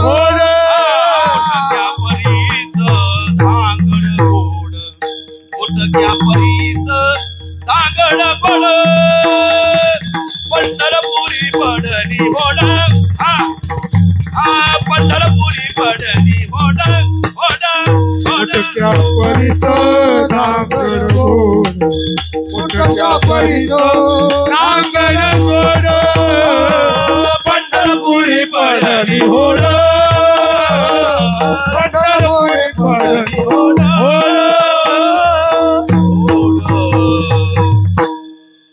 हे सगळे संत विचार करून पंढरपुरात आले आणि कृतीने सांगितलं, आली वैष्णवांची मांदी, मेले डुक्कर बांधले खांदी. संसार नावाचं डुक्कर, संसारात डुक्कर का म्हटलं माहितीये का? संसार नावाचा असा एक प्राणी आहे बरं का, अभक्ष भक्षण करणारा. खरी गोष्ट आहे की नाही? डुक्कर काय खातं? माणसाने खालेलं दुसऱ्या दिवशी ते खातं. आपण जे पवित्र अन्न खातो, बासमती तांदूळ, चांगल्या प्रकारचे गहू, तांदळाच्या भाकरी, बरोबर ना, आपण खातो. आणि असं आपण खाल्लेलं या पोटात गेल्यानंतर दुसऱ्या दिवशी त्याला पवित्र अन्न खाता येत नाही. एक असं समीकरण आहे. आपण खातो कुकर मधलं, बरोबर आहे, आपण खातो कुकर मधलं, आणि या कुकर मध्ये तयार झालं की दुसऱ्या दिवशी, म्हणजे त्याचं हे कुकर आहे. विठ्ठल विठ्ठल विठ्ठला विठ्ठला विठ्ठला विठ्ठला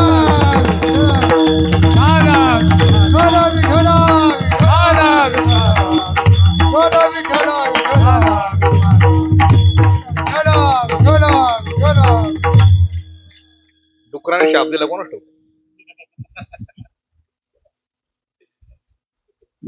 तसं काही होणार नाही. कीर्तन करायचं काहीच होत नाही बघा. आम्ही रोज बोलतो, भिवंडीत बोलतो, मालेगावात बोलतो, संभाजीनगरला पण बोलतो. कीर्तन चालूच असत. काल पैठणला होत, आमच्या समोर योगीराज महाराज बसलेले होते कथा ऐकण्याकरता. माझं भाग्य आहे महाराज, या 50 वर्षाच्या काळामध्ये नाव लौकिक सगळं काही भरपूर कमवलं. आता जे महाराष्ट्राचे मुख्यमंत्री होऊन गेले शिंदे, एकनाथजी शिंदे साहेब, आम्ही त्या काळात सुरुवातीला रिक्षा चालवलेल्या दोघांनी, अलग लक्षामध्ये. ते आता पुढे चालून मुख्यमंत्री झाले. मी पण कीर्तनकार झालो. मला तरी देवाने काय कमी दिलं सांगा ना?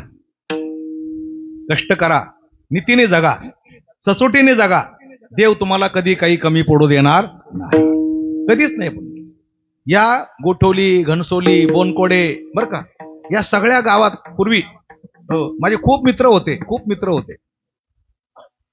आणि तेव्हापासून म्हणजे 1976 पासून मी कीर्तन करतो या भागामध्ये. या बिल्डिंग वगैरे काही नव्हत्या, रेल्वे नव्हती, हायवे नव्हता. हो, म्हणजे मी मुंबईला आलो 1969ला. 70, 71, 72, 73, 74 पासून मग माळदीक्षा घेतली. 76ला कीर्तनकार झालो. मुंबईकरांनी भरपूर प्रेम दिलं. हो, भरपूर दारिद्र्य सहन केलं आपल्या भागातल्या लोकांनी. तुमचे जे काही पूर्व सासू सासरे असतील ना, हो, त्याने खूप कष्ट केले या भागामध्ये. तेव्हा तुम्हाला या जमिनी घरं वगैरे प्राप्त झाली. त्यांना कधी विसरू नका. आई वडिलांना, सासू सासऱ्यांना कधीच विसरू नका. तुम्हाला काहीच कमी पडायचं नाही बघा, काहीच कमी पडायचं नाही. फक्त तेवढं ध्यानात ठेवा, जे माणसं मागे पाहत नाही.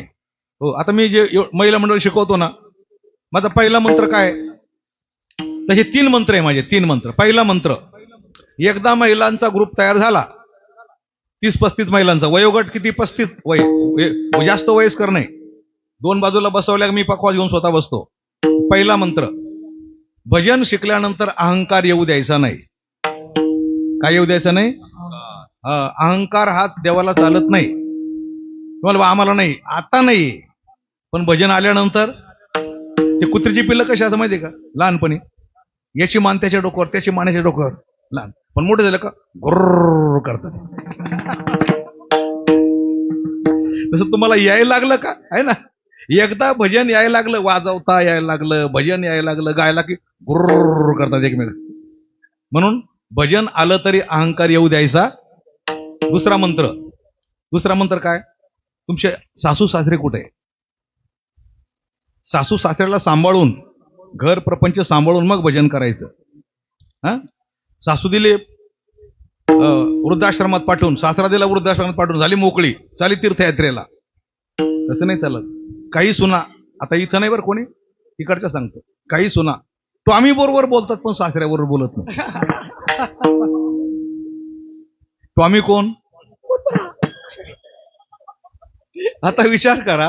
हो, अरे कुत्र्याबरोबर बोलते तू, सासऱ्याबरोबर बोलत नाही. ज्याने घर दिलं, ज्याने, हो, तुझा नवरा, हो, ज्याचा मुलगा, त्याला काय आत्म्याला काय वाटत असेल? त्यांना दुखावणाऱ्या बाया तुम्ही किती श्रीमंत झाल्या तरी तुमचा शेवट कधी चांगला होणार? कधीच नाही चांगला होणार. तर आम्ही भजन शिकवतो, नाही तर आम्ही भजन शिकवत. सासू सासऱ्याला सांभाळा. आता तिसरा मंत्र काय? आपले मंत्र फार कडक आहे बरं का. तिसरा मंत्र काय? तिसरा मंत्र आहे, संतांच्या वचनाशिवाय दुसरं काही म्हणायचं. म्हणे युट्यूबवरचा अभंग नरसलेला आहे, भजन अजिबात नाही, भावगीत नाही, भक्तिगीत नाही, काहीच नाही, फक्त अभंग म्हणजे अभंगच का म्हणायचं. कारण का?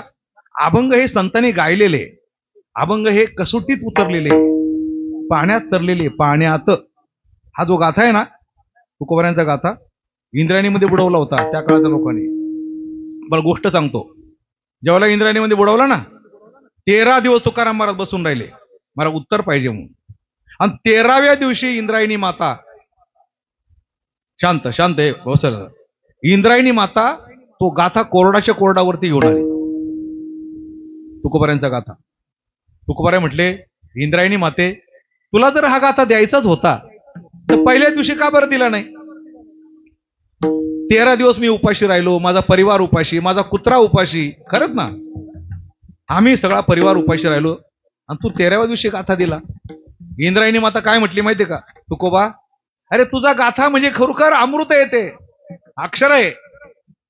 मी असा विचार केला, या गाथेचे हजारो माणसं पारायण करतील, मुक्त होतील, जीवनमुक्त होतील, पण माझ्यामध्ये तो गाथा परत येणार नाही. मी असा विचार केला, आलाय तर 13 दिवसात पारायण करून घ्यावं. मी पारायण करून घेतलं, मग तुला परत करून दिला म्हणजे. हा त्यातला भाव आहे. तुकोबाराय म्हटले, इंद्रायणी माते, मग तू एकनाथ महाराज भागवत कसं वर्षावर झेललं आणि माझा गाथा पाण्यात बुडू दिला?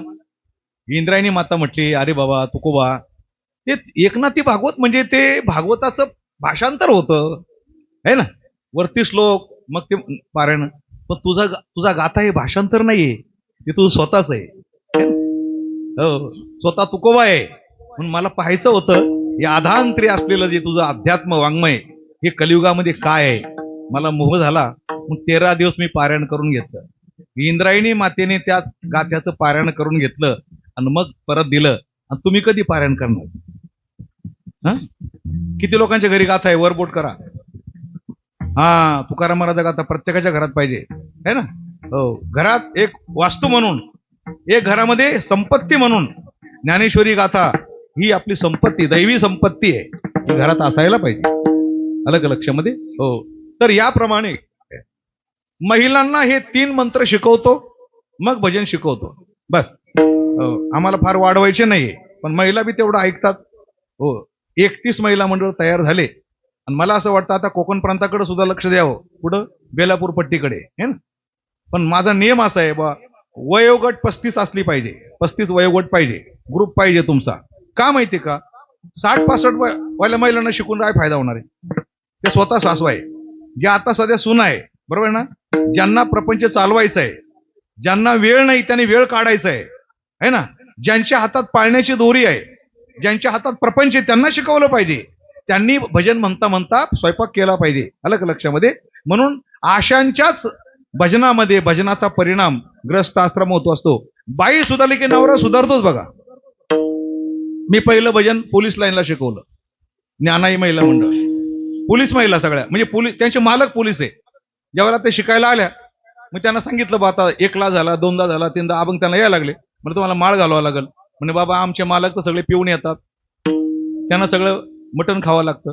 मला आता इथून पुढे सांगायचं की घरामध्ये मटण तयार केलं जाणार नाही. आणि बायांचं माणसं ऐकतात, ऐकावंच लागतं, काय करणार. मग तेव्हापासून ते बाहेरून खाऊन यायला लागले. पण घरी हो, महिलांना सुट्टी, तुम्ही घरी बनवायचं. मग महिलांनी माळे घातल्या, ते बाहेरून खाऊन यायचे. काही काही बाहेरून खाऊन बी कंटाळले, काय आपली बायको खात नाही ना आपण खायला मजा आहे. मग ते हळूहळू त्यांनी माळा घालून घेतला. आता सगळे माळकरी झाले बघा. महिलांच्या परमार्थाचा घरावर परिणाम झाल्याशिवाय महिला पत्नीला, अहो ती वृंदा कोण होती आणि तो मालक कोण होता, राक्षस होता, राक्षस दैत्य आहे ना, जालंधर दैत्य होता. पण त्या जालंधर दैत्याचा उद्धार कोणी केला, वृंदेने. जी वृंदा तुम्ही पाणी घालता ना, आलं का लक्षात, तिला तुळशी वृंदा म्हणतात. हो, देवानी कसोटी पाहिली आणि ती कसोटीमध्ये उतरली. तिने देवाला शाप दिला, दगड होऊन पडशील. पण देवाने तिला शाप दिला, जोपर्यंत हे जग आहे तोपर्यंत लोक तुझ्या पाया पडतील आणि तुला पाणी घालतील म्हणून. बनायचं तर वृंदेसारखं बना. विठ्ठल विठ्ठल.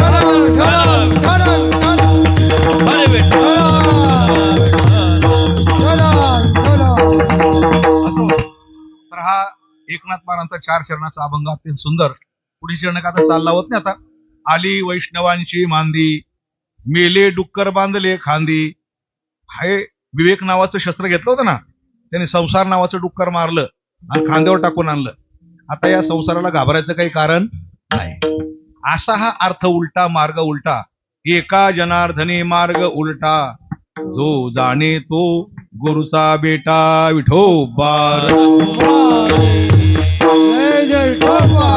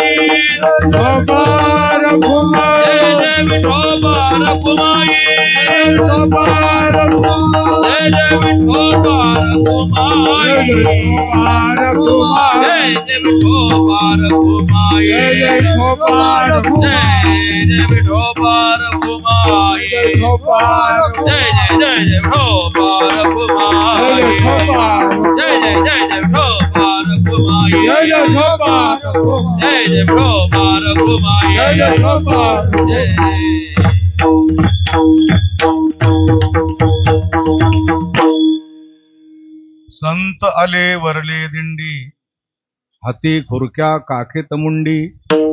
पंढरपुरी पडली होड, मुटक्या परिस धांगड गोड. एकनाथ महाराज हे मध्यम काळातले संत आहे. खांब आहे खांब. जनार्दन एकनाथ खांब दिला. खांब म्हणजे काय, मागं झालेलं कार्य आणि पुढं होणारं कार्य या दोघांना धरून राहतो, त्याला म्हणायचं खांब आहे ना, दोन्हीकडचं. असं तो खांब आहे एकनाथ महाराज. म्हणून त्याच्यावर जास्त लक्ष घाला. मधल्या काळात एकनाथ महाराज अवतीर्ण झाले आणि खांबासारखं भक्कम अशा प्रकारचं काम. एकनाथ महाराज कामच भक्कम होतं. गुरु भक्कम, वाङ्मय भक्कम, परंपरा भक्कम, घराणं भक्कम, कुळ भक्कम आणि बायको सुद्धा. अहो गिरजा माता आहे. नाथ महाराज म्हटले ना, 2 वारकरी घरी जावं. 2 कशाला, 200 आणा ना, आपल्याला काय कमी आहे का देवाने दिलंय. असं स्त्री पुरुष असे असले पाहिजे महाराज. बायको पण तशीच.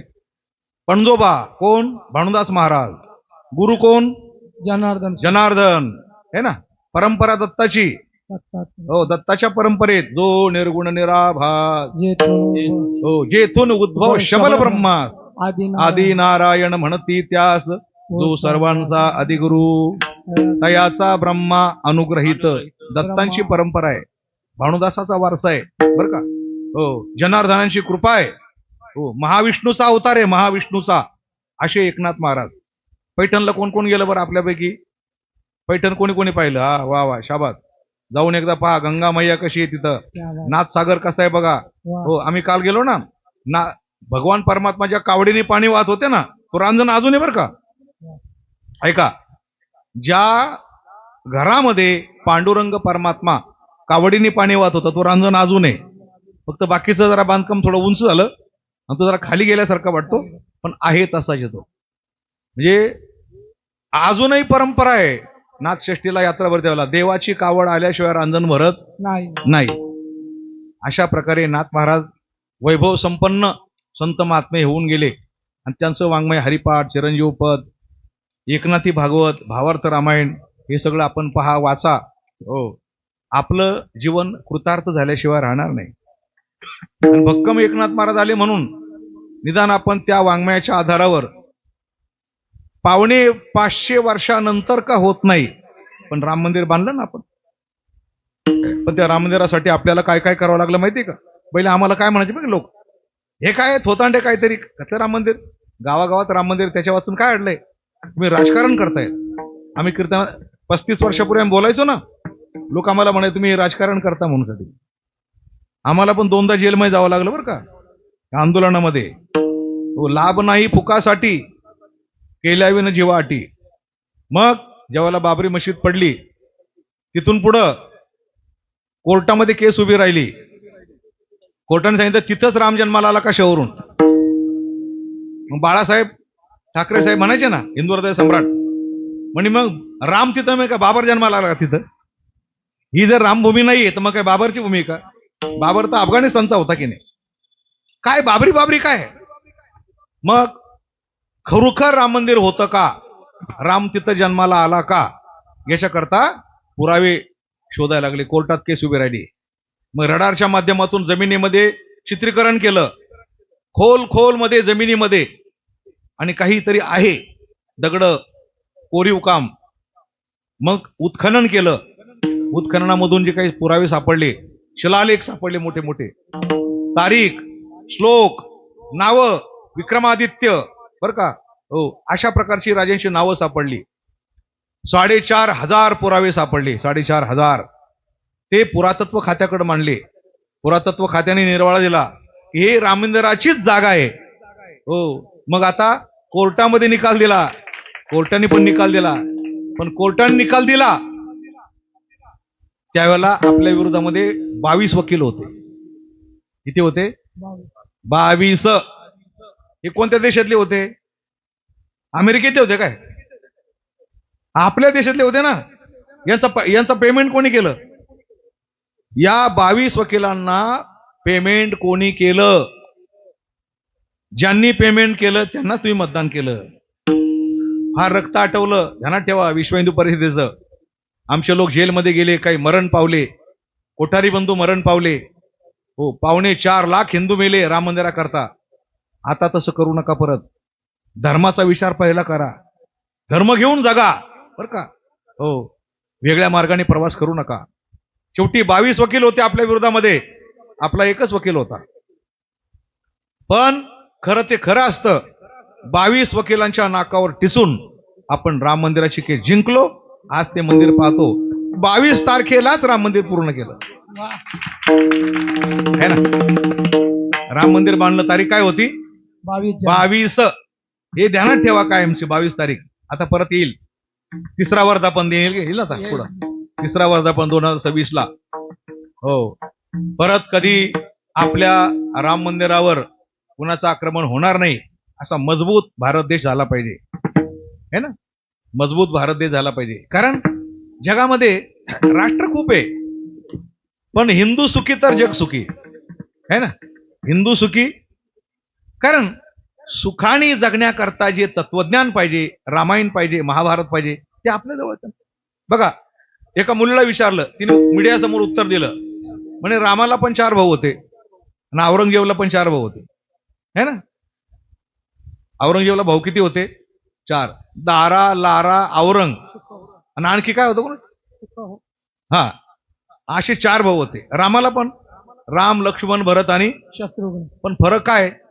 फरक असा आहे, प्रभू रामचंद्र वनात गेले, लक्ष्मण सावलीसारखा वनात गेला आणि भरतानी पादुका घेऊन गादीवर ठेवून राज्य चालवलं. भाऊ असा होता भरतासारखा. याला भाऊ भाऊ म्हणतात. सांगू तुम्हाला? हे शांत रे, हे शांत.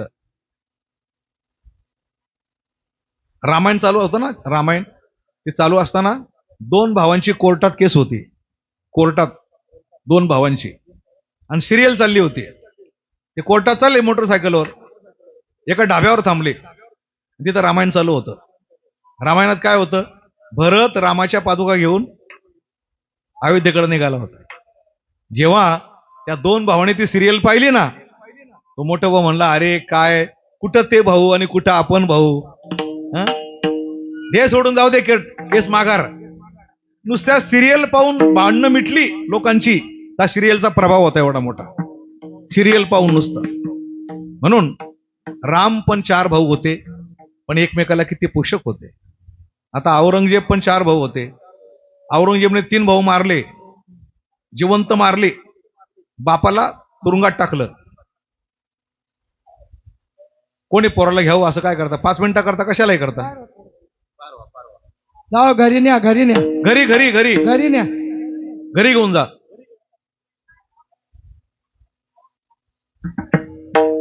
विठाला विठाला.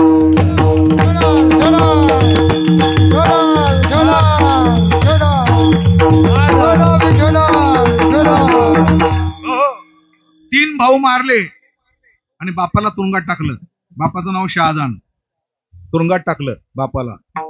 थंडीचे दिवस होते. ज्यावेळेला उन्हाळा लागला ना, बाप तुरुंगामध्ये तडफडत होता शहाजहान. त्याने अर्ज केला मुलाला, म्हणजे औरंगजेबला, अरे पाणी वाढव, मला तहान लागते, दिवसभर पाणी पुरत नाही. औरंगजेब म्हटला, आई तेवढ्यात भागून घे, मेला तरी आम्हाला काही फरक पडत नाही. तेव्हा शहाजहाननी पत्र लिहिलं औरंगजेबला, ते वाचा. काय लिहिलं माहिती का? अरे या देशातली संस्कृती ना तुला कळाली ना मला कळाली. या देशातले लोक मेलेल्या बापाला तर्पण करतात, मेलेल्या बापाला, आणि तू जिवंत बापाला पाणी देत नाही. है ना? आपली संस्कृती धन्य आहे, श्रेष्ठ संस्कृती आपली. म्हणून हो, या देशामध्ये रामाचंच मंदिर होईल, अन्य कुणाचं मंदिर विदेशी होणार नाही. म्हणून रामाच्या मंदिरात जतन करा. ज्ञानेश्वर माऊली, ज्ञानराज माऊली तुकाराम, ज्ञानेश्वर माऊली, महाराज ज्ञानेश्वर माऊली, ज्ञानराज माऊली तुकाराम, ज्ञानेश्वर,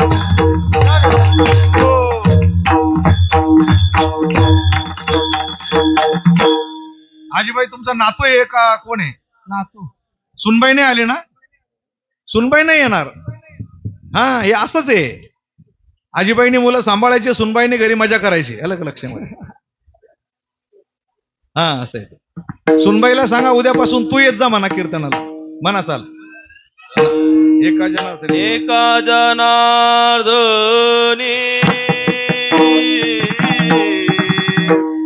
अर्थ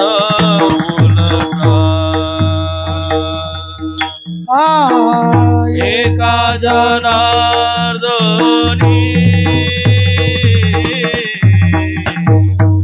अर्थ बोलता जनार्दनी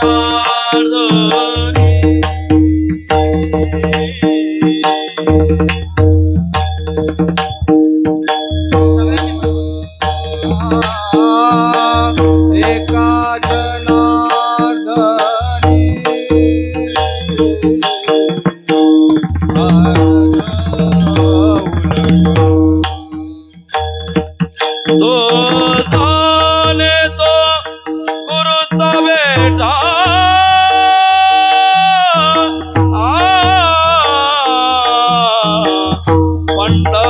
Pandharpuri वडली board Pandharpuri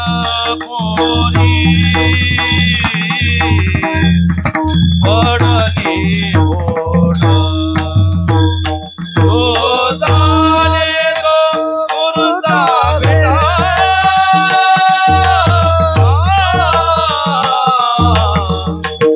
Pandharpuri वडली board Pandharpuri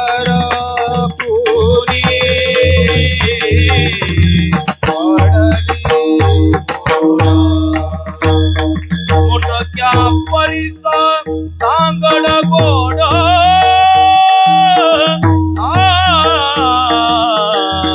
Pandharpuri वडली board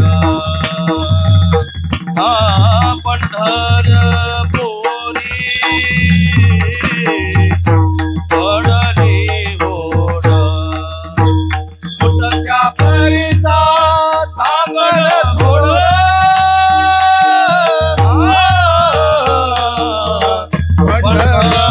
Pandharpuri वडली board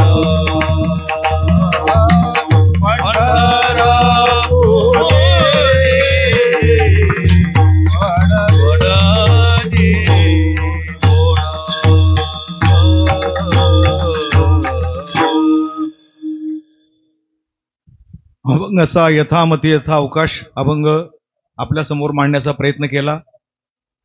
सुरुवातीला मला वाटलं होतं, पण शेवटी आपण भरपूर श्रोते आलात.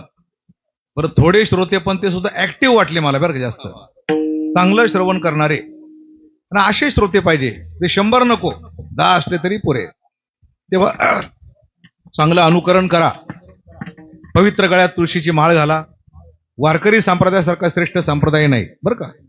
ज्ञानोबा तुकोबाराने आपलं जे दाखवलं, या संतांनी 5 संतांनी, हे सर्वश्रेष्ठ मार्ग आहे. वेदमार्गे मुनी गेले त्याची मार्गे चालिलो, असा हा धोपट मार्ग आहे. केला राज्यभार चाले ऐसा, या मार्गाने प्रवास करावा.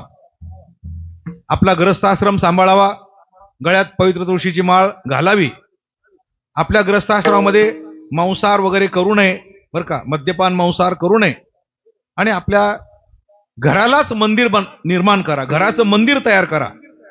परमात्मा ज्यावेळेला अवतीर्ण होतो, जन्माला येतो, एक तर कौशल्याच्या पोटी, नाही तर देवकीच्या पोटी येतो.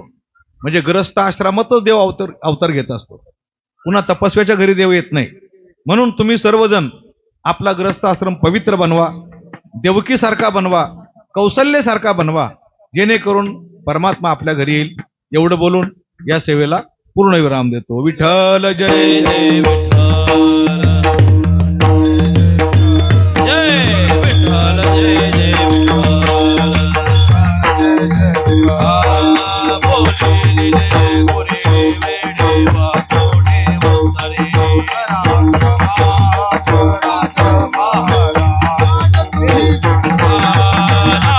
विचारला अधिकार म्या आपुला.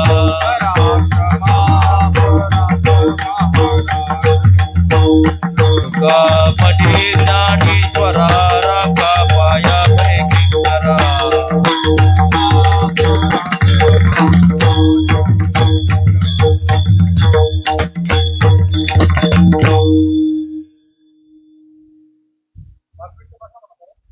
जय श्रीराम, जय श्रीराम, जय जय श्रीराम. सुस्वागतम सुस्वागतम सुस्वागतम. जमलेल्या सर्व भाविकांचे कोपरी ग्रामस्थ मंडळ स्वागत करत आहे. कोपरी ग्रामस्थ मंडळ आयोजित अखंड हरिनाम सप्ताह 2025 वर्ष 27वे स्वानंद सुखनिवासी वैकुंठवासी गुरुवर्य हरिभक्त पारायण आदित्यवार महाराज कोपरखेरणे यांच्या प्रेरणेने व प्रभू श्रीरामचंद्र यांच्या कृपा आशीर्वादाने तसेच जमलेल्या सर्व भाविकांच्या सहकार्याने चालू असलेल्या अखंड हरिनाम सप्ताहातील आजचा 4था दिवस आजची कीर्तनरूपी सेवा हरिभक्त पारायण एकनाथ महाराज सदगीर ठाणे याने वेळेवर उपस्थित राहून सृष्टाव्य अशी कीर्तनरूपी सेवा केलेली आहे. कोपरी ग्रामस्थ मंडळ त्यांचे अत्यंत ऋणी आहे. ज्ञानदेव